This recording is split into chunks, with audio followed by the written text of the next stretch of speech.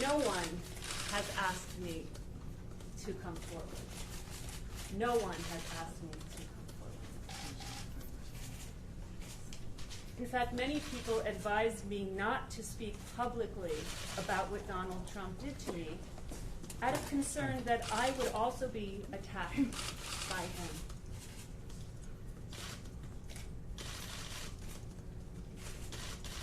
I have been advised that Mr. Trump will probably call me a liar, just as he called all the other women liars who have made accusations against him. Or perhaps he will label me as just another nasty woman.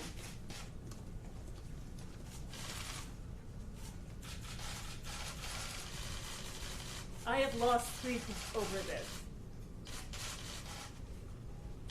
I have been fearful about bringing unwanted attention to my loving family and me. This includes my husband, my daughter, my son, my entire family. But in the end, I feel that it is my duty as a woman, as a mother, a human being, and as an American citizen, to speak out and tell the truth about what happened to me.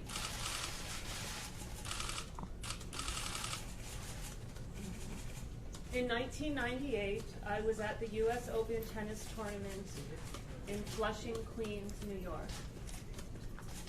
I was waiting for a car to arrive to take me home. As I was waiting, Donald Trump approached me. I knew who he was, but I'd never met him. He was with a few other men. I was quite surprised when I overheard him talking to the other men about me. He said, "Hey, look at this one. We haven't seen her before. Look at those legs." As though I was an object rather than a person. He then walked up to me and reached his right arm and grabbed my right arm. Then his hand touched the right inside of my breast.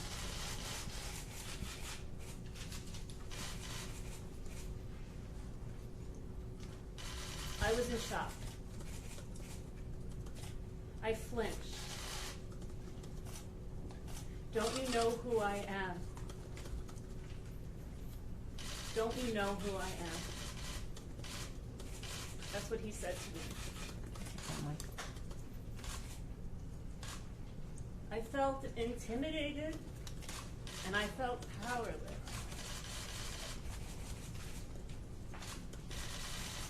Then my car pulled up and I got in. After I closed the door, my shock turned to shame.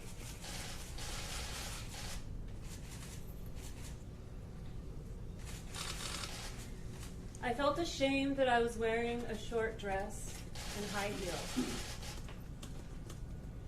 That feeling of shame stayed with me for a while, and it made me disinclined to wear short dresses or high heels. For a number of years afterwards, I struggled with what to wear so as to not attract unwanted attention. I can remember one evening discussing this with my husband when he asked me why I did not enjoy dress shopping and why I would often wear a shawl at a dinner party or wear a longer dress. I had made my husband aware of what Mr. Trump had done to me. This is what's so interesting. It was difficult for him to understand why I would ever blame myself for being violated. About 5 years ago, I saw Mr. Trump once again. This time we were at a business setting and there were many people around. He looked me up and down a few times. This time, mixed in with the feelings of shame, I felt disgust. I had come to the realization that I was the victim, and he had violated me when he groped me years earlier. I now understand that I was not to blame. Mr. Trump,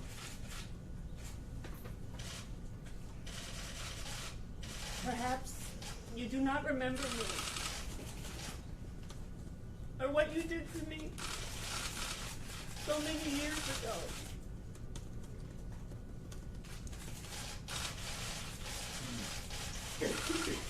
But I can assure you that I remember you and what you did to me as though it was yesterday.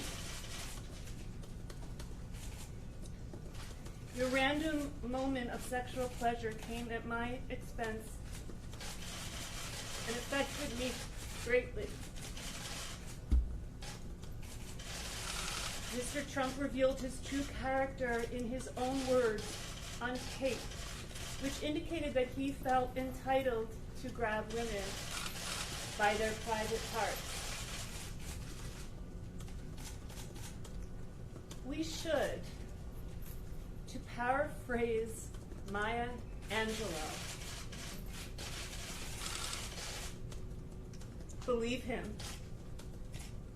To paraphrase Maya Angelou, believe him.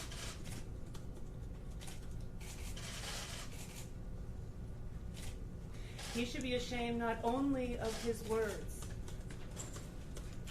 but of his behavior towards so many women.